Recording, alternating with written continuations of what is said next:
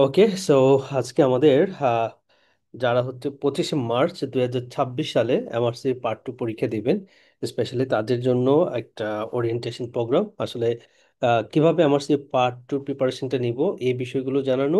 আর আমার যেহেতু একটা কোর্স আছে MRC part 2 pass test and pass মেডিসিনের, সো ওই ব্যাচ দুইটাতে আমি কিভাবে পড়াবো এই বিষয়টা নিয়ে হচ্ছে আমি একটু কথা বলবো, যেন সামগ্রিক বিষয়গুলো কাভার করে আর কি, স্পেশালি পার্ট 2 রিলেটেড। হ্যাঁ, প্রথম যে বিষয়টা সেটা হচ্ছে এমআরসি পার্ট 2 পরীক্ষার সিট বুকিং যখন দিবেন, তখন অনলি সিট বুকিং এর দিন আপনি সিট বুকিং দিবেন, দেওয়ার পরে টাকা জমা দিবেন। এখানে আপনার আর কোনো পিএমকিউ পাঠাতে হবে না, ঠিক আছে? যেমন পার্ট 1-এ আমরা যেমন পিএমকিউ পাঠাতেছিল, এরকম পিএমকিউ বা ভেরিফাই করার কোনো দরকার নেই, একবারই ভেরিফিকেশনটা হয়ে গেছে আর কি পার্ট 1-এর সময়। সো প্রথম শর্ত হচ্ছে জাস্ট হচ্ছে বুকিং এর দিন অন টাইমে বুকিং দিবেন, দেওয়ার পরে দেন হচ্ছে আপনার পেমেন্ট কমপ্লিট করে ফেললেই হবে। আর কোনো কিছু আর আপনার ফাংশন নাই আর কি। হ্যাঁ, এটা। আর যেহেতু অনলাইন বেসড, এটা হোম বেসড পরীক্ষা হয়, সো এবছর যারা পরীক্ষা দিচ্ছে তারা কিন্তু অনেক ডিফিকাল্টিস ফিল করছে। হ্যাঁ, তো আমি যেটা বলবো আপনাদেরকে যেটা সেটা হচ্ছে যে আপনারা বারবার আরসিপি কে মেল করেন যে সেন্টারের জন্য। হ্যাঁ, আরসিপি কে এমনি মেল করতে থাকেন, ঠিক আছে? আপনি পার্ট 1 ক্যান্ডিডেট, সো আপনি পার্ট 2 পরীক্ষা দিবেন, এটা বলে যে আমি আমার দেশে ইন্টারনেট ব্যবস্থা স্টেবল না, আনস্টেবল, ইন্টারনেট স্পিড কম, ঠিক আছে? সো এই বিষয়গুলোর জন্য আমরা সাধারণত হোমলি পরীক্ষাটা দিলে প্রবলেম ফেস করতেছে, যারা পরীক্ষা দিচ্ছে তারাও প্রবলেম ফেস করতেছে। ইভেন দো মানে স্ক্রিন অনেক সময় অফ হয়ে যাচ্ছে, ক্যামেরা অফ হয়ে যাচ্ছে, তারপর হচ্ছে সার্ভার ডাউন হয়ে যাচ্ছে। এই বিষয়গুলো তুলে আপনারা সবাই যে কাজটা করবেন, রয়্যাল কলেজে মেল করবেন। সো মেল করলে তারা যখন একটা হিউজ সাড়া পাবে, তখন দেখা যাবে যে তারা সেন্টারে পরীক্ষাটা নিতে আপনার আগ্রহী হবে, যেমন পার্ট 1-এ যেটা হয় আর কি। হ্যাঁ, তাহলে এই প্রবলেমগুলো আসলে মানে হওয়া থেকে একটু আপনি স্কিপ করতে পারবেন, কারণ একটা পরীক্ষায় আসলে এমনি অ্যাংজাইটি থাকে, অনেক ওরিনেস থাকে। সো আলটিমেটলি যদি এই ধরনের একটা প্রবলেম ফেস হয়ে হয়ে যান আপনি পরীক্ষার সময়, তখন আসলে আর পরীক্ষা দেওয়ার মেন্টালিটি থাকে না। দেখা যাবে যে পরীক্ষাটা কিন্তু এমনি খারাপ হয়ে যাচ্ছে। সো আমি যেটা বলবো সবাইকে, যারা পার্ট 1 পাস করছেন সবাই আরসিপি কে মেল করেন, ঠিক আছে? একদম ঘন ঘন মেল করেন, দরকার হয় সপ্তাহ দুই একটা করে পাঠান। হ্যাঁ, তাহলে ওদের একটা রেসপন্স যদি আসে, সো ওনারা হচ্ছে সেন্টার বেসড পরীক্ষাটা নিবে, এতে ডেফিনেটলি আপনাদের হচ্ছে লাভ হবে আর কি। হ্যাঁ, সেই দুইটা পয়েন্ট হচ্ছে আমার সবচেয়ে গুরুত্বপূর্ণ পয়েন্ট অ্যাকচুয়ালি আপনাদের এখন বলার জন্য। আচ্ছা, 2 নম্বর পয়েন্ট হচ্ছে আমরা কিভাবে প্রিপারেশন নিব। হ্যাঁ, সেকেন্ড পার্ট প্রিপারেশনের সময়, সো সেকেন্ড পার্ট প্রিপারেশনটা আমাদের হবে, আমরা পার্ট 1-এর সময় যে থিওরিটা পড়ছিলাম, যে যেখান থেকে আমরা পার্ট 1-এ থিওরি পড়ছি সেখান থেকে হচ্ছে আমরা থিওরিটা পড়বো। অর্থাৎ আমি যদি পাস মেডিসিন থিওরি পড়ি তাহলে পাস মেডিসিন থেকে পড়বো, যদি মাগরাবি থেকে পার্ট 1-এ থিওরি পড়ি মাগরাবি পড়বো, যদি নোটসের নোটস থেকে থিওরি পড়ি তাহলে নোটসের নোটস বইটা পড়বো। অর্থাৎ যে যেখান থেকে পার্ট 2 পার্ট 1-এর থিওরি পড়ছেন সে সেখান থেকে পড়বেন, এরকম না যে আপনার পাঁচ মেডিসিনের থিওরি পড়লে আপনার পার্ট 2-তে কাভার হবে না, হবে, দ্যাটস এনাফ। হ্যাঁ, মাগরাবি পাঁচ medicine almost same, that's enough.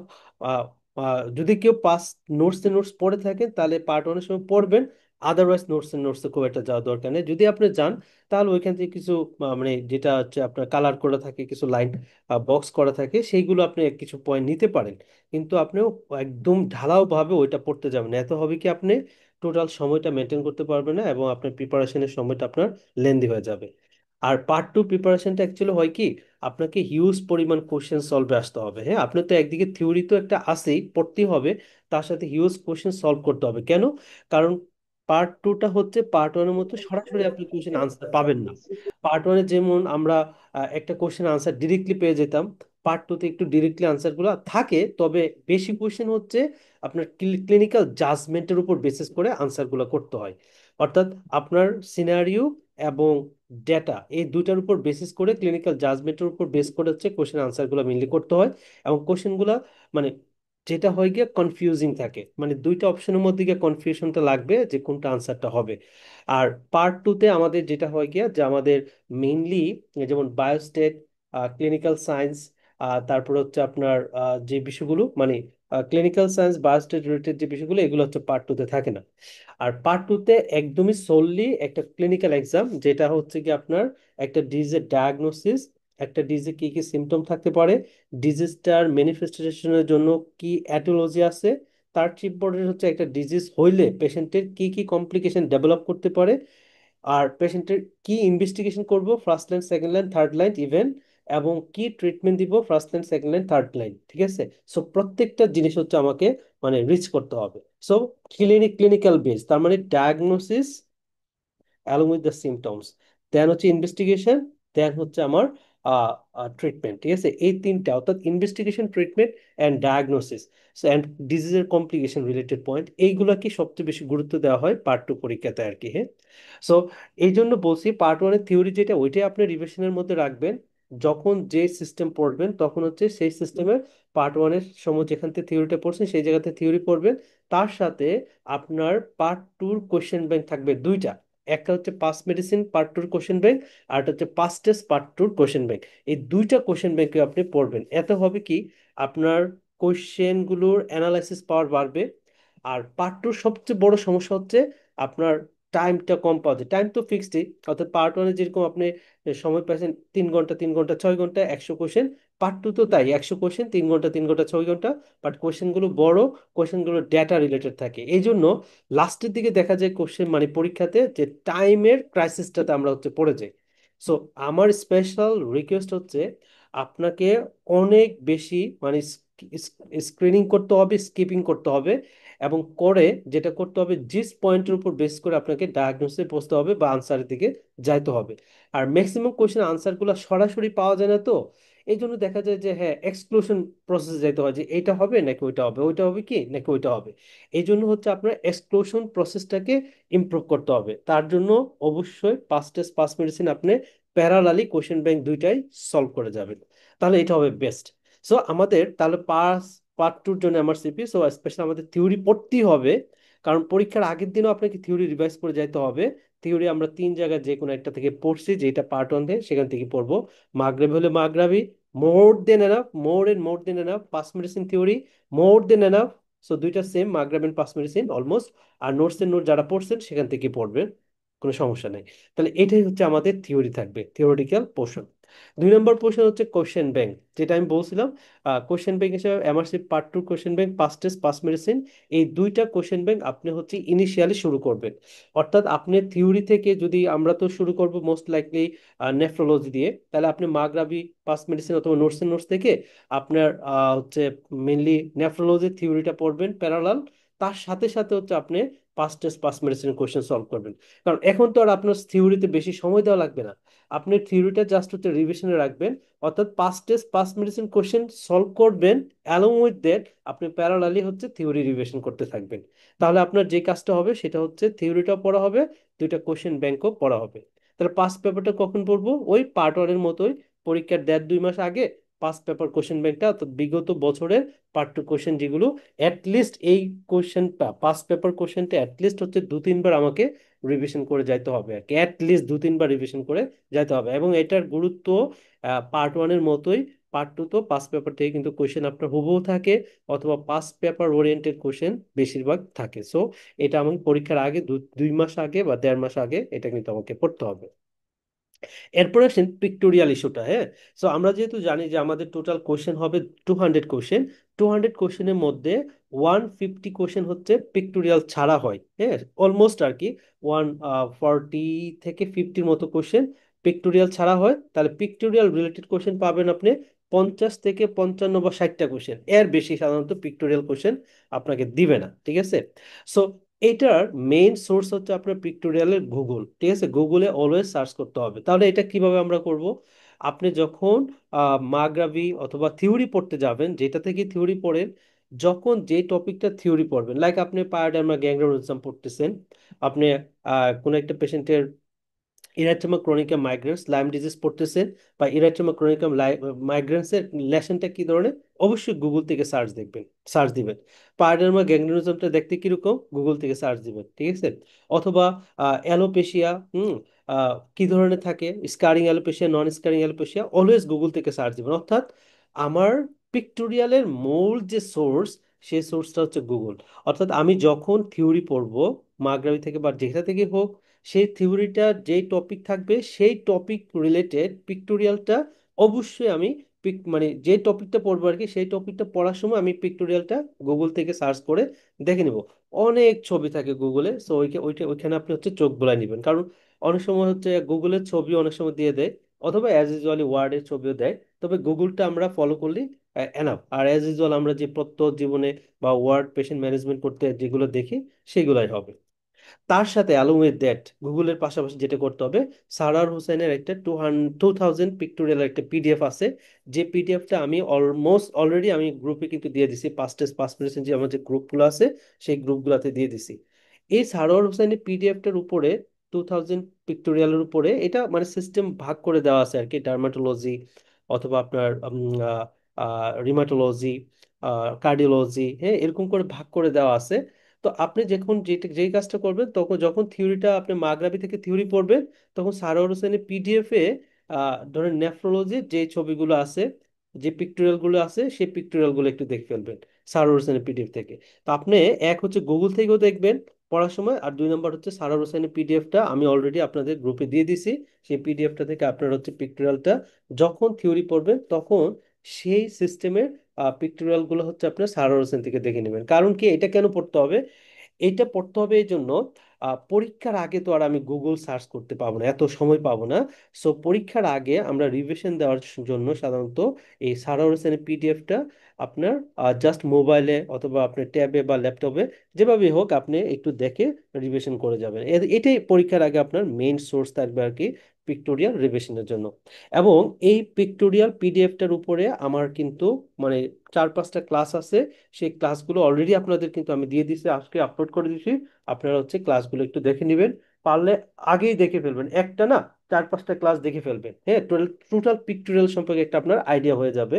So এটা হচ্ছে আপনার জন্য ভালো হবে আর কি। হ্যাঁ, তাহলে এটা হচ্ছে আমাদের অ্যাজ ইউজুয়ালি আমরা থিওরি পড়াশোনা পড়বো, আর লেটলি আমরা এক্সামের আগে জাস্ট প্রিপেয়ার মানে যখন রিভিশন দিব আর কি এক্সামের আগে, সেই সময় হচ্ছে সারোর হোসেনের এই 2000 পিক্টোরিয়ালের পিডিএফটা দেখবে। এটা দেখলেও কিন্তু এনাফ। এবং এখানে ECG, MRI, X ray, পিভিএফ finding থেকে শুরু করে সকল কিছুই কিন্তু এখানে আপনার আছে। তাহলে এটা আপনাকে একটা মেজর হেল্প করবে। এরপর আসেন ইসিজি। হ্যাঁ, টোটাল যদি আমরা ক্রাইটেরিয়া মানে কোশ্চেন দেখি, তো সেখানে দেখা যায় টোটাল কোশ্চেনের মধ্যে আপনার ইসিজি অলমোস্ট 5টার মতো আসে। হ্যাঁ, মানে 4 থেকে 5টা বা 6টা, মানে 6টা খুব রেয়ার আসে, মানে ইউজুয়ালি 5টার মতো ইসিজি আসে। তো এখন আমি ইসিজিটা আসলে কিভাবে পড়বো, আমি ইসিজি নিয়ে আমার আইডিয়া কি হওয়া উচিত, সেটা হচ্ছে আমার প্রথম কথা হচ্ছে কিছু ডিজিজ আছে তাদের কনস্ট্যান্ট ইসিজি ফাইন্ডিংস আছে। আপনাকে এই কনস্ট্যান্ট ইসিজি ফাইন্ডিংসটা একদম মুখস্থ করে ফেলতে হবে। কিরকম? ধরেন একটা পেশেন্টের লং কিউটি আছে, তাহলে কিউটি ভেরিয়েন্টে কি ধরনের থাকে এটা আমি মুখস্থ করে ফেলবো। অথবা একটা পেশেন্টের মানে ব্রুগাডার সিন্ড্রোম আছে, তাহলে বি 1 থেকে বি 2-তে এসটি এলিভেশন থাকে, তাহলে এটা আমি মুখস্থ করে ফেলবো। একটা পেশেন্টের পেরিকার্ডিটিস ইসিজি ফাইন্ডিংসটা কি থাকে, like PR depression, saddle step ST elevation থাকে, এটা আমি মুখস্থ করে ফেলবো।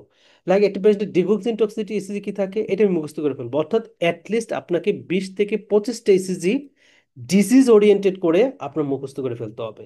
কারণ কি জানেন, এগুলো তো কনস্ট্যান্ট, মানে এগুলো তো এরিথমিয়া না। সো এই জন্য আপনার কাজ হচ্ছে এই 20-25টা ইসিজি যখন আপনি কার্ডিওলজি থিওরি পড়া শুরু করবেন, লাইক দ্যাট আপনি ব্রুগাডা পড়তে গেছেন, তখন আপনি তার ইসিজিটা একদম মুখস্থ করে ফেলবেন, কারণ এটা কনস্ট্যান্ট ফাইন্ডিং। আপনি এরিথমেটিক রাইট ভেন্ট্রিকুলার কার্ডিওমায়োপ্যাথি পড়তে গেছেন, যে এপসিলন ওয়েভটা কোন জায়গায় থাকে কিরকম, এটা আমি ইসিজিতে লিখে ফেলবো। এখন এইটার জন্য আপনার মেইন সোর্স কি হবে? গুগল। হ্যাঁ, life in the fast lane ECG, এই একটা গুগলের সাইট আছে, এখানে আপনি সার্চ দিবেন, ছোট্ট করে একটা বক্স থাকে, ওরা জিস্ট কথা 4-5টা কথা লিখে রাখে। আর পিক্টোরিয়াল পোর্শনে life in the first land ইসিজিতে যদি পিক্টোরিয়াল পোর্শনে যান, তাহলে যেই রিলেটেড ইসিজি সার্চ দিবেন সেই রিলেটেড অনেক ইসিজি আপনি পেয়ে যাবেন। এইটাই হচ্ছে আপনার মেইন সোর্স। হ্যাঁ, তাহলে যখন আমি থিওরি পড়বো ইসিজির জন্য, life in the first line ইসিজিতে আমি গুগলে সার্চ করব, সেখান থেকে আমি যে কাজটা করব ইসিজিটা দেখে নিব। এবং আমি বারবার বলি, আমার কনস্ট্যান্ট ইসিজি 20 থেকে 25টা মুখস্থ করে ফেলবেন। কারণ এই এই মুখস্থটা কেন করবেন, এটা তো এরিথমিয়া না, বা এটা আপনার লাইক দ্যাট এমআই রিলেটেড কোনো ইস্যু না। সো এটা যেহেতু কনস্ট্যান্ট ইসিজি কনস্ট্যান্ট ডিজিজকে আমার রিপ্রেজেন্ট করবে, সো এটা আপনি মুখস্থ করে ফেলতে হবেই। তাহলে আপনি অ্যাজ ইউজুয়াল আপনার প্র্যাকটিস লাইফ, ক্লিনিক্যাল লাইফ, সব জায়গায় কিন্তু আপনি সেম ফাইন্ডিংসটা গিয়ে মিলাইতে পারবেন আর কি। হ্যাঁ, এবং এক্সামে তো এটাই একদম সরাসরি দিয়ে দিবে যে মানে একটা ইসিজি দিয়ে দিবে B1 B2, B1 থেকে B3-তে এসটি এলিভেশন আছে। সো আপনার এরকম একটা ইসিজি আপনার সুন্দর করে ওরা কোশ্চেনের সাথে অ্যাড করে দেবে। তাহলে এটা হচ্ছে আপনার একটা মেইন সোর্স। এছাড়া কেউ যদি পড়তে চায়, 150 ইসিজির একটা বই আছে। আমি সাধারণত মানে অনেকেই পড়ে আর কি, সেই জন্য এই বইটার নাম রাখছি। বাট আমি সাধারণত বলি যে না পড়লেও হবে। আপনার যদি ইসিজির বেসিক তো ইনশাল্লাহ কম বেশ আমাদের সবার জানা আছে, এই জন্য বেসিক যেহেতু জানা জানা আছে সেহেতু আপনি কনস্ট্যান্ট ইসিজিটা আগে পড়বেন। 2 নম্বর পয়েন্ট হচ্ছে এই ইসিজির আর কিছু পয়েন্ট আছে, যেমন এমআই রিলেটেড, এটা এসটি লিমিটেড এমআই অথবা ST non ST limited MI. সেটা হচ্ছে হার্টের ব্লাড সাপ্লাইং আর্টারিয়াল টেরিটরি অনুসারে ইসিজির রিপ্রেজেন্টেটিভ এরিয়াগুলো, হ্যাঁ, কোনটা, ইনফিরিয়র মানে লিড কোনগুলো, মানে ইনফিরিয়র লিডটা কোন আর্টারিকে রিপ্রেজেন্ট করে, এটা আমরা কোন এমআই বলি, বা অ্যান্টেরিয়র এমআই কখন বলি, হাই ল্যাটারাল এমআই কখন বলি। সো এই জন্য আর্টারিয়াল ব্লাড সাপ্লাই অনুসারে ইসিজির যে রিপ্রেজেন্টেশনটা, এটা আপনাকে পড়ে ফেলতে হবে, কারণ এখান থেকে একটা কোশ্চেন আপনার থাকবেই, ঠিক আছে। আর থাকলো বাকি কি, অ্যারিথমিয়া। এখন অ্যারিথমিয়ার মধ্যে তো কমন অ্যারিথমিয়া হচ্ছে পরীক্ষাতে হয় সুপ্রা ভেন্ট্রিকুলার টেকিকার্ডিয়া, নাহলে ভেন্ট্রিকুলার টেকিকার্ডিয়া, আর নাহলে আপনার atrial fibrillation, atrial Flutter. So মোটামুটি এগুলা কিন্তু দেখলে বোঝা যায় যে এগুলা মানে বিটির কোনটা, এস বিটি কোনটা, অথবা এট্রিয়াল ফ্লাটার কোনটা হতে পারে, এট্রিয়াল ফিব্রিলেশন কোনটা হতে পারে। সো আই হোপ দ্যাট এটা আপনার মানে গ্রস একটা আইডিয়া আমাদের অলরেডি আছে। সো আরেকটু যদি আমরা এই গুগল থেকে লাইফ ইন দ্য ফার্স্ট ডিসিজিতে আমরা যদি একটু প্র্যাকটিস করি, তাহলে আমাদের কিন্তু এটা হয়ে যাবে। সো ইসিজি নিয়ে খুব প্যানিকড হবে না। অনেকে দেখা যায় কি, আব্দুল্লাহ স্যারের বই পড়ে অনেক বই টই নিয়ে বসে, ভাই এখন আর ওই এত কিছু সময় নেই আমার, ঠিক আছে, আমি ইসিজি রিলেটেড এক্সপার্ট হতে যাচ্ছি না, আমার দরকার হচ্ছে আমার এক্সামটা পাস করা। সো আপনি যদি 20-25টা ইসিজি পড়ে ফেলে, আপনি ধরেই রাখতে পারবেন যে আপনার চার মানে যে 5-6টা যদি ইসিজি আসে, এর মধ্যে 4-5টা ইসিজি আপনার কিন্তু একদম কমন পড়ে যাবে, ঠিক আছে। সো আপনার কাজ হচ্ছে আসলে কনস্ট্যান্ট ইসিজির কনস্ট্যান্ট ফাইন্ডিংসটা মুখস্থ না করলে আপনি ইসিজিতে এক্সপার্ট হতে পারবেন না। যত যাই বলুক না কেন, আপনাকে কনস্ট্যান্ট ফাইন্ডিংটা মুখস্থ করে ফেলবেন, তারপরে দেখবেন যখন যে ডিজিজটা পড়তে যাবেন, তখন ইসিজির সাথে আপনি কোরিলেশন করে নেবেন। তখন আপনার নিজের কাছেও কিন্তু এটা ভালো লাগবে আর কি, হ্যাঁ। জাস্ট এইটুকু। আর এছাড়া আমরা তো পাস টেস্ট পাস মেডিসিন যখন কোশ্চেন সলভ করবো, তখন সেখানে আমরা অনেক ইসিজি পাবো, সেগুলো আমরা প্র্যাকটিস করবো আর কি, হ্যাঁ। এরপর আসেন ফান্ডোস্কোপি, হ্যাঁ। ফান্ডোস্কোপি বা অপথলমোস্কোপি যদি আমরা স্পেশালি কোথায় থেকে দেখব, সেটা হচ্ছে ফান্ডোস্কোপি মেড ইজি একটা বই আছে। সো এই বইটার পিডিএফটা আমি কিন্তু আপনাদেরকে গ্রুপে দিছি, পাস টেস্টও আছে, পাস মেডিসিন গ্রুপও আছে। সো এই ফান্ডোস্কোপি মেড ইজির উপরে আমার একটা ক্লাস নেওয়া আছে ফান্ডোস্কোপির উপরে। এবং এইটা হচ্ছে আপনার এই যে পিক্টোরিয়াল যে ক্লাসগুলো আছে, সেই পিক্টোরিয়াল ক্লাসের সাথেই ফান্ডোস্কোপি মেড ইজির উপরে একটা ক্লাস আছে। অলমোস্ট 40 মিনিটের ক্লাসটা আপনারা এটা দেখে ফেলবেন।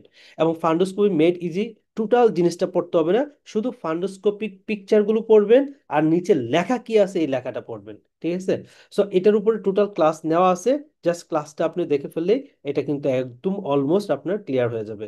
খুব অরিড হওয়ার কিছু নাই, এখান থেকে খুব বেশি কিছু আসবে না। হয় আপনার অপটিক নার্ভ অ্যাট্রোফি আসবে, অপটিক নার্ভের ডিস্ক সোয়েলিং আসবে, অথবা আপনার ওই যে ডায়াবেটিক রেটিনোপ্যাথি চেঞ্জগুলো আসবে, অথবা আপনার ওই যে মানে পেইনলেস লস অফ ভিশনের যে কজগুলো আছে, আর্টেরিয়াল অক্লুশন, ভেনাস অক্লুশন, হ্যাঁ, রেটিনাল ডিটাচমেন্ট, এই জিনিসগুলো হচ্ছে থাকে আর কি মেইনলি।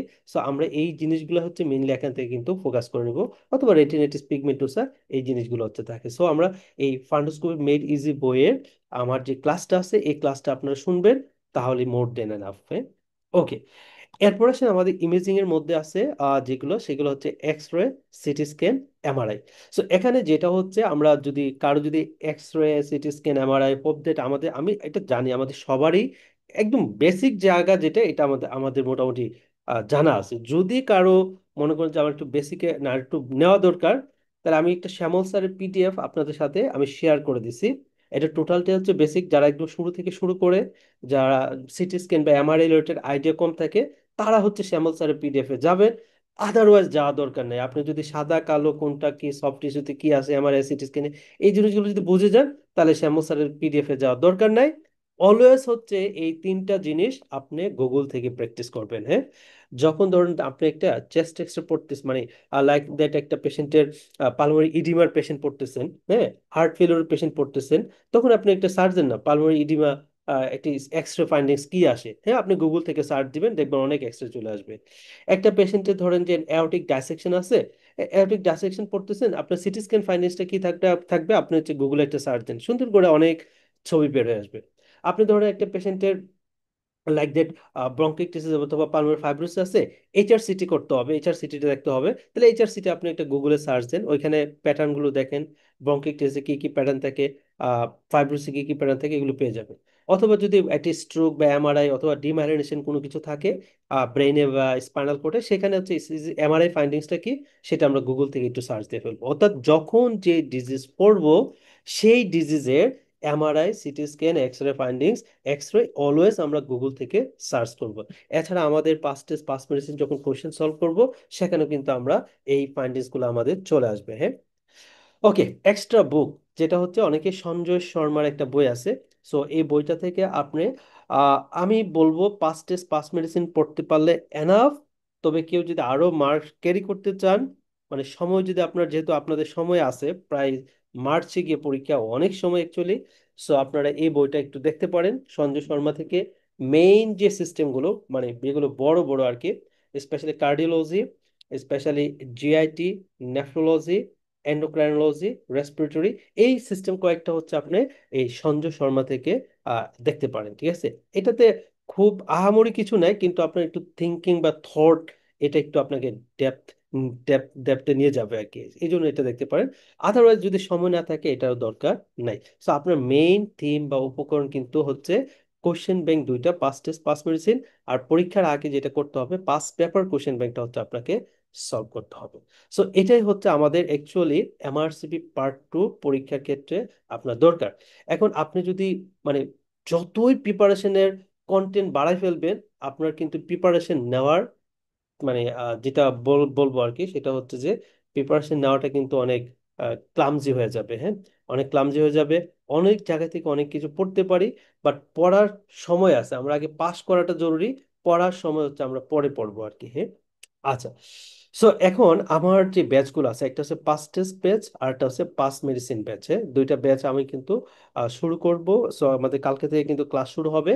আর অলওয়েজ আমাদের সাধারণত এই ব্যাচে আমি লাইভ ক্লাস নিব পাস মেডিসিন ব্যাচে। হ্যাঁ, সো পাস মেডিসিন ব্যাচের ক্লাসগুলো আমাদের শুরু হবে ইউজুয়ালি রাত 10টায়। হ্যাঁ, 10টায় শুরু হলে আমাদের 11:30 বাজে আর কি সাধারণত। সো প্রথম আমাদের যেটা থাকবে সেটা হচ্ছে গিয়ে নেফ্রোলজির উপরে ক্লাস, তাই তো। তো আমাদের পাস টেস্ট যে ক্লাসটা, এটা তো রেকর্ডেড ক্লাস দিব। হ্যাঁ, সো পাস টেস্টটা আমি কালকে নেফ্রোলজি যে ক্লাসগুলো আছে আমাদের পাস টেস্ট পিডিএফ এর উপরে নেওয়া, সো এই ক্লাসটা আমি হচ্ছে আপলোড করে দিব। সো এটা আপনারা আপনাদের মতো করে নিজের মতো করে পাস টেস্টের নেফ্রোলজি ক্লাসটা আপনারা দেখে ফেলবেন। সো এখানে কিন্তু আমি দেখেন 22 তারিখ থেকে শুরু হবে এটা।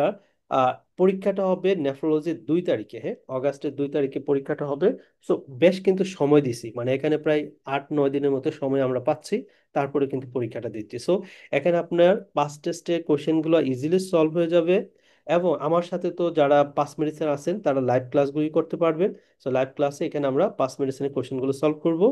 আর তার পাশাপাশি এই দুইটা কোশ্চেন যখন আপনি সলভ করবেন, অবশ্যই থিওরি আগে পড়তে হবে। হ্যাঁ, থিওরিটা মানে question solve along with the আপনি থিওরিটাও সাইড বাই সাইড পড়ে ফেলতে হবে।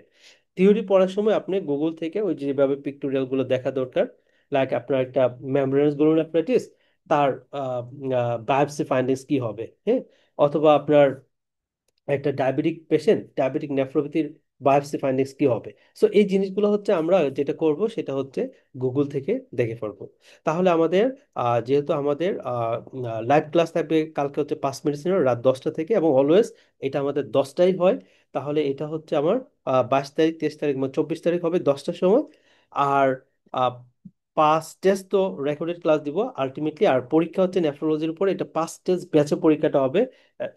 এবং সেটা হবে একটা আমাদের ফেসবুক গ্রুপে হবে, এবং 2 তারিখে পরীক্ষাটা হবে। তারপরে আমাদের রিমাটোলজি শুরু হবে। সো রিমাটোলজি এগেইন এটা শুরু হবে কি আমাদের 3 তারিখ থেকে 3, 4, 5, এটা রেকর্ডেড ক্লাস থাকবে। আর লাইভ ক্লাসগুলো হবে আমাদের পাস মেডিসিনে 3, 4, 5। সো এটার উপর পরীক্ষা হবে আমাদের 10 তারিখে। হ্যাঁ, তো এরকম করে ওয়ান বাই ওয়ান করে আমাদের পাঁচ ছয়টা সিস্টেম শেষ হলে একটা মডেল টেস্ট আছে, আবার পরবর্তী পাঁচ ছয়টা সিস্টেমের আরেকটা মডেল টেস্ট আছে। এরপরে হচ্ছে আমাদের যে পাস পেপার আছে, মানে মূল সাবজেক্টগুলো যখন শেষ হয়ে যাবে, তারপরে পাস পেপার কোশ্চেন ব্যাংকের উপরে আমি এখানে কিছু মডেল টেস্ট রাখছি আপনাদের। এটা ইউজুয়ালি আগের বারও ছিল, তো এবারও রাখলাম। তো এটা হচ্ছে ভালো, আপনি একদিকে পাস পেপার কোশ্চেনগুলো সলভ করার পরে এখানে পরীক্ষা দিবেন আর কি। হ্যাঁ, তাহলে আপনার একটা জাজমেন্টাল সাইড চলে আসবে। আরটা হচ্ছে তারপর হচ্ছে ফাইনাল মক টেস্ট। হ্যাঁ, ফাইনাল মক টেস্টটা আমি যেটা কিছুদিন যেটা বুঝলাম আর কি, আসলে স্যাম্পল কোশ্চেনটা অ্যাটলিস্ট 10-12 দিন আগে, 10-15 দিন আগে সলভ করাটা ভালো। হ্যাঁ, লাস্টে আসলে একটু অ্যাংশাস চলে আসে, অরিনেস চলে আসে, যার জন্য হচ্ছে দেখা যায় যে মানে স্যাম্পল কোশ্চেনটা সলভ করতে গেলে কনফিডেন্স লেভেলটা একটু কমে যায়। সো এই জন্য এবার একটু আর্লি দিছে আর কি, যে স্যাম্পল কোশ্চেনটা আপনার যেন ফেব্রুয়ারি 20 তারিখে মানে আপনি সলভ করে ফেলেন আর কি। হ্যাঁ, সো এইভাবে টোটাল কোর্স বা কারিকুলামটা আমাদের শেষ হবে আর কি, ওয়ান বাই ওয়ান করে। ইনশাল্লাহ সাইড বাই সাইড হচ্ছে আমাদের কোশ্চেনগুলো সলভ হবে, আর তার পাশাপাশি আপনারা যে কাজটা করবেন সেটা হচ্ছে থিওরিটা হচ্ছে পড়ে ফেলবেন। হ্যাঁ, থিওরিটা পড়বেন। আর যেখানে আর অতিরিক্ত কথা বলতে, পার্ট টু পরীক্ষা আমার, আমি যেটা বলি অলওয়েজ, পার্ট ওয়ানটা আমি সবাইকে একটু ঢিলে করাই, যে একটু পরে দাও, একটু পরে দাও, প্রিপারেশনটা একটু আপ টু মার্ক হোক। পার্ট টুর ক্ষেত্রে আমি যেটা করি যে অ্যাজ সুন অ্যাজ পসিবল, মানে আপনার যত তাড়াতাড়ি কনভিনিয়েন্ট টাইম হয়, অ্যাজ সুন অ্যাজ পসিবল আপনি হচ্ছে পার্ট টু পরীক্ষাটা দিয়ে ফেলবেন। কারণ হচ্ছে কি, পার্ট ওয়ানের যেহেতু আমার অনেকটা পড়া কাজে লাগতেছে, থিওরি থেকে শুরু করে অনেক কিছু কাজে লাগবে পার্ট টুতে, সেই জন্য যত ডিলে করব ততই আমরা কিন্তু পার্ট ওয়ানের পড়াটা ভুলে যাব। হ্যাঁ, সেই জন্য আমাদের পার্ট টুর পাস করার পসিবিলিটিতে কমে যাবে। এই জন্য অ্যাজ সুন অ্যাজ পসিবল আপনি অ্যাটেন্ড করবেন। তেমন যেহেতু এটা অনেক সময় আগে, যেহেতু চারটা পরীক্ষা তো এখন তিনটা হচ্ছে বছরে, সো মার্চে পরীক্ষা, তাও মার্চের আপনার 25 তারিখে পরীক্ষাটা হবে। হ্যাঁ, সো আলটিমেটলি কিন্তু অনেকটা সময় আছে আপনার হাতে, এবং এটাই আপনার ফাইনাল এবং ফুল এন্ড ফাইনাল ধরতে হবে। যদি এটা মিস করেন তাহলে কিন্তু মার্চের পরে আবার জুলাইয়ে চলে যাবেন, তার মানে অনেকটা সময়, 1 বছর পরে গিয়ে আবার পরীক্ষা। সো কোনোভাবে এই মার্চকে পিছানো যাবে না আর কি, হ্যাঁ, বাদ দেওয়া যাবে না। ওকে, সো আপনাদের কোনো যদি কিউরিওসিটি থাকে বা কোনো কোয়ারি থাকে, তাহলে সেই বিষয়টা আমি একটু ডিসকাস করবো আর কি। কিছু জানার থাকলে একটু বলবেন।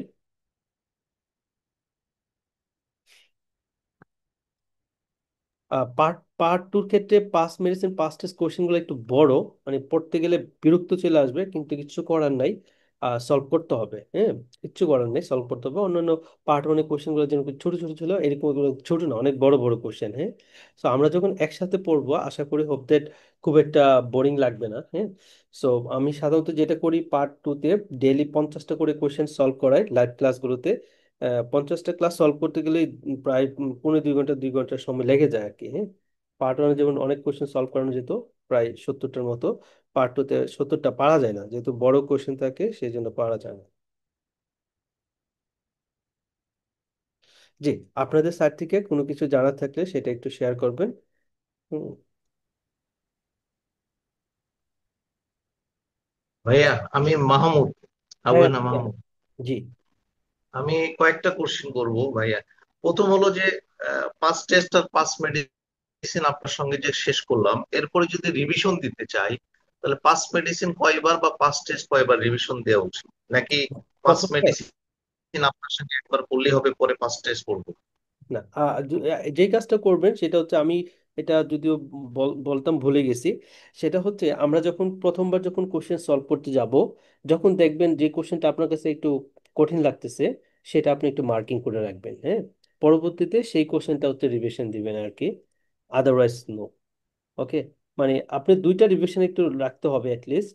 সো প্রথমবার তো আমরা সলভ করব, সো সলভ করাকালীন সময় যেগুলো আমি পারতেছি দরকার নাই, যেগুলো পারতেছি না সেই কোশ্চেনগুলো আমি একটু মার্কিং করে রাখবো, তাহলে পরবর্তীতে আমার কোশ্চেন কাউন্টটা কমে যাবে, এবং সেটা আমি একটু দ্রুত রিভিশন দিতে পারবো আর কি, আরেকবার দেখতে পারবো।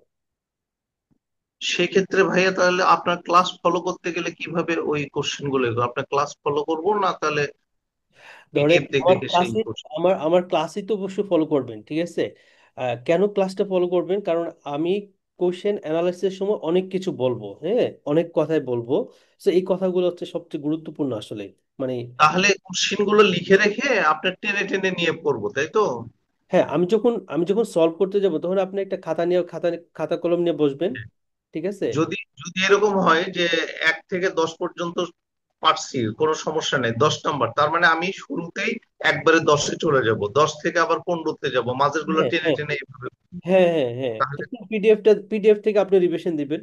সেকেন্ড বার তো আর ক্লাস শোনার দরকার নাই। সেকেন্ড বার যেটা করবেন সেটা হচ্ছে আপনার যে সকল কোশ্চেনগুলো আপনার কাছে একটু ঝামেলা লাগছে, ওই কোশ্চেনগুলো জাস্ট হচ্ছে পিডিএফটা দেখে আপনি সলভ করতে সেটা আমি বলতেছি ভাই, সেকেন্ড টাইমে তাহলে আপনার লেকচার আর শুনবো না, সেকেন্ড পারবেন। টাইমে পিডিএফ দেখে ওই নাম্বারের কোশ্চেন গুলোতে চলে যাব না? হ্যাঁ হ্যাঁ হ্যাঁ হ্যাঁ হ্যাঁ। আচ্ছা। আচ্ছা, এটা হলো 1 নাম্বার ভাই। 2 নাম্বার হলো, আপনি যে বললেন গুগল থেকে সব ছবি দেখবেন, তো অনেক অনেক ইয়েতেই দেখি যে ডার্মানেট, তারপরে রেডিওপিডিয়া, অথবা আপনি ইসিজি লাইভ করলেন, আমরা যদি ওগুলো না দিয়ে গুগলেই দেখি, অসুবিধা আছে? কোনো সমস্যা নাই, ধরেন সবাই হচ্ছে। ডার্মানেট না করলে যদি গুগলেই দেখি, গুগলে দিলেই তো সাথে সাথে 5-6টা ছবি চলে আসে, সেটা দেখলেই হবে না ডার্মানেটে যেতে হবে বা রেডিওপিডিয়াতে যেতে হবে? কোনো কিছু যাইতে হবে না ভাইয়া, গুগল থেকে দেখে ফেলবেন, ঠিক আছে। গুগল থেকে। গুগল থেকে দেখে ফেললে হবে, আপনার আর যখন লাগে স্যাম্পল, গুগলে সার্চ দিবেন। বুঝতে পারছি। আর স্যাম্পল কোশ্চেন যেটা বললেন ভাইয়া, যে ওই 20 তারিখে, কয়েকদিন আগে, স্যাম্পল কোশ্চেন কি আমরাই করে নিব, না আপনি ওটা আপনি স্যাম্পল ক্লাসে কোনো সলভ ক্লাস নেন, নাকি ওটা আমরা নিজেরাই করে নিব?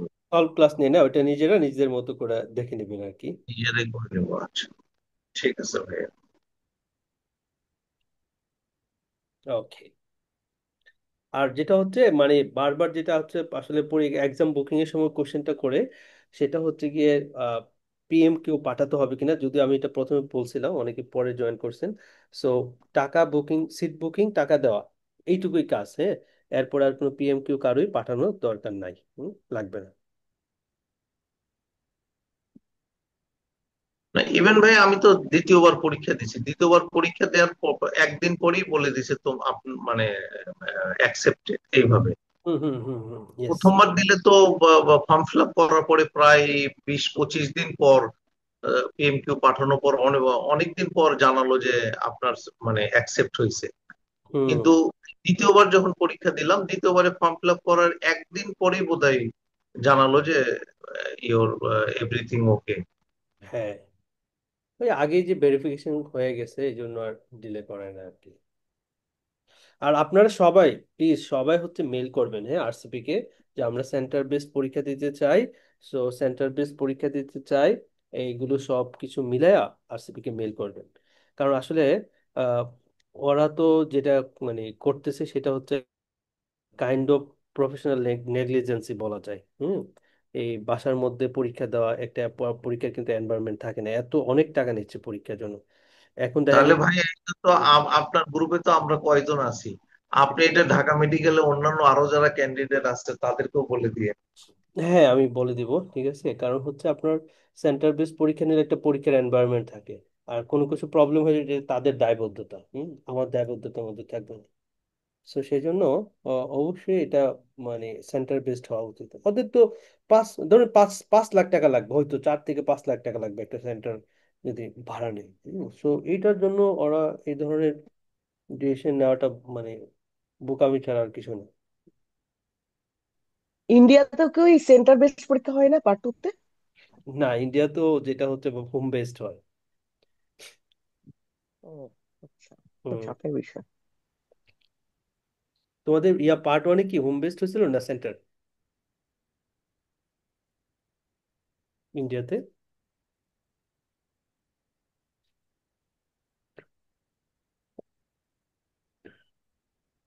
আচ্ছা। ওকে। কানিজ আপু কিছু বলবেন? আর কেউ কিছু বলবেন? সাহেব ভাই, নিশাপু? এ ভাই, আমার কোশ্চেনটা আসলে পেসেস রিলেটেড। হ্যাঁ, সেটা শিওর। হলো, বাংলাদেশে যে সেন্টার হয়েছে ওখানে পরীক্ষার্থী কিরকম, পাশের হার কিরকম হয়, আপনার আইডিয়া আছে নাকি? পেসিসে হচ্ছে আপনার অ্যারাউন্ড 30 থেকে 30+ আর কি, 40% এরকম পাস থাকে। পাশের হার? এরকমই থাকে পাশের হার, 30 থেকে 35 40 এরকম। তবে এটা পার্টিসিপেন্ট কিরকম কনস্ট্যান্ট নাম্বার, না, আইডিয়া এটা আছে? এটা কিন্তু কনস্ট্যান্ট না, ঠিক আছে। বিষয় হচ্ছে গিয়া যে আহ, এখানে আপনি ক্লিনিক্যাল পারফরমেন্স করতে হবে। হ্যাঁ, যেটা আমি মানে যতটুকু কথা বলে শুনছি বা যারা পেসিস রিলেটেড পড়ায় অথবা প্রিপারেশন নিয়ে জানছি, এটা হচ্ছে কনস্ট্যান্ট না। আপনি যদি না পারেন আপনি ফেল, আপনি পারলে আপনি আপনি 100% পাস। মানে আপনি 100%, আপনি না পারলে আপনি 0%। এটাই হচ্ছে মেইন মেইন আর কি। মানে এটা কিন্তু কনস্ট্যান্ট না যে রয়্যাল কলেজ 30%ই পাস করাবে একটা সেন্টার থেকে, 40% পাস করাবে, এর বেশি করাবে, এটা কিন্তু কনস্ট্যান্ট না। যদি আচ্ছা। ওইখানে ক্যান্ডিডেট সবাই ভালো করে তাহলে 100% পাস করাবে, যদি সবাই খারাপ করে 100% ফেল করাবে। আর যদি 30%, 60% পাস করার ইয়ে থাকে তাহলে 40% পাস করাবে। অর্থাৎ ডিপেন্ড করে ক্যান্ডিডেট তার ক্লিনিক্যালি সে এক্সপার্ট কিনা, তাদের এক্সাম ওরিয়েন্টেড এক্সপার্ট কিনা, ঠিক আছে, যা যা চাইছে সেগুলো ফুলফিল আপ করতেছে কিনা, এটাই। বুঝতে পারছেন? এটা কিন্তু আচ্ছা, আরেকটা কোশ্চেন হলো, সেটা হলো যারা দেশে আছে তাদের জন্য তো সমস্যা নাই, তারা ক্লিনিক্যালি এক্সপার্ট হতে পারে। তো আমরা যারা বাইরে আছে সেক্ষেত্রে মানে বিসিএস এর জন্য কোনো কোচিং টোচিং আছে নাকি দেশে? এখন বেসিস হচ্ছে অনলাইনে অনেক ভাইয়ারা পড়ায় অনলাইন। অনলাইনে হচ্ছে আপনার ধরেন লং ক্লিনিক্যাল কনসালটেশন আছে একটা, হিস্ট্রি টেকিং, তারপরে কমিউনিকেশন, এগুলো পারা যায়। কিন্তু ব্যাড সাইডের যে মানে ইয়াটা ইস্যুটা, মানে ব্যাড সাইডে পেশেন্ট দেখা টাকা, এটা তো আর আপনি বাইরে থেকে পারবেন না। এটা হচ্ছে আপনার যে এলাকায় থাকবেন সেই এলাকার হসপিটালে আপনাকে পেশেন্টটা দেখতে হবে আর কি। কিন্তু আপনার লং ক্লিনিক্যাল কনসালটেশন, তারপর হিস্ট্রি ট্রেকিং, তারপরে হচ্ছে কমিউনিকেশন, হ্যাঁ, কাউন্সেলিং পেশেন্ট, এইগুলো হচ্ছে আপনার অনলাইনেই প্র্যাকটিস করে আর কি। হ্যাঁ।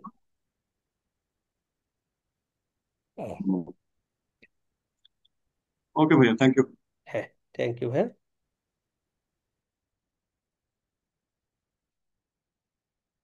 হ্যাঁ, নিশাপু।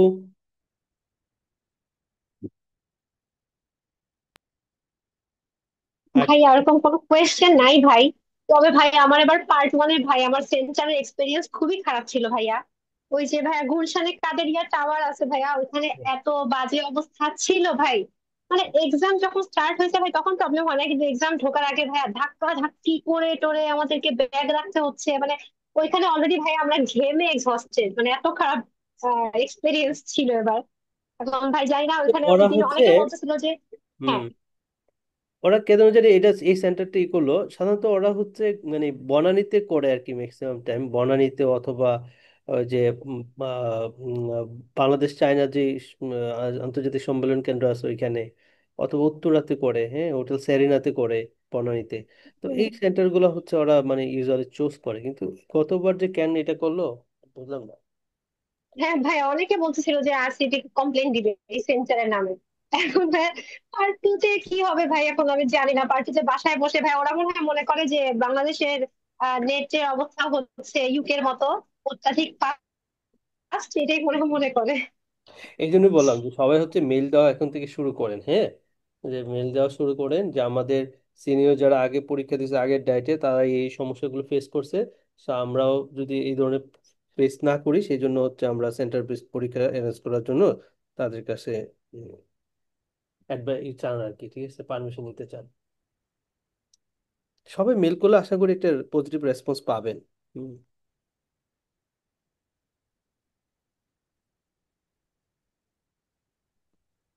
ওকে। আর যদি কারো কিছু জানার না থাকে, কিছু জানা থাকলে বলেন, আর না হলে আমি আসলে আর সময় নষ্ট করব না। রাত হয়ে গেছে যেহেতু। ইনশাল্লাহ দেখা হবে কোশ্চেন সলভিং সেশনে। আর হচ্ছে আপনাদের গ্রুপে পাস টেস্ট, পাস মেডিসিন থেকে শুরু করে ইচ এন্ড এভরি পিডিএফ সব কিছু দেওয়া হয়ে গেছে, আপনারা একটু দেখতে পারেন। আর ক্লাস তো ইনশাল্লাহ কালকে থেকে হচ্ছে আর কি আমাদের। হ্যাঁ। ওকে, তাহলে আল্লাহ হাফেজ। হ্যাঁ, বাই। আচ্ছা ভাইয়া, ভাইয়া থ্যাংক আপনি ইউ যে সো মাচ। আপনি যে হ্যাঁ, ক্লাস নেবেন, ক্লাসে যে কোশ্চেনের যে সিরিয়াল নাম্বার পিডিএফ যেটা দিচ্ছেন সেই সিরিয়াল নাম্বার তো মিলবে তাই না? হ্যাঁ, মিলবে মিলবে, ইয়েস। হ্যাঁ। ওকে, ঠিক আছে, বাই। আল্লাহ হাফেজ। আসসালামু আলাইকুম ভাইয়া।